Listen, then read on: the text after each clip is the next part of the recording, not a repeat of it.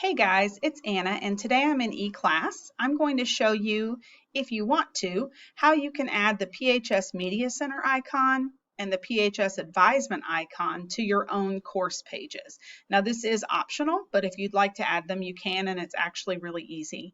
So I'm going to go over here. This is just a blank advisement class from next semester, and I'm going to hover my mouse over this nav bar at the top and click the three dots and choose Edit this nav bar.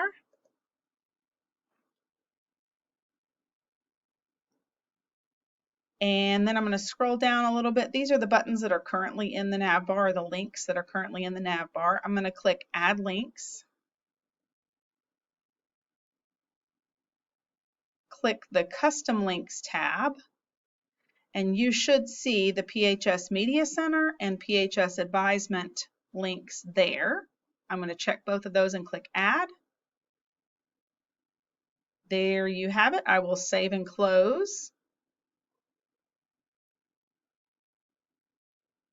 It returns me back to the front of that course.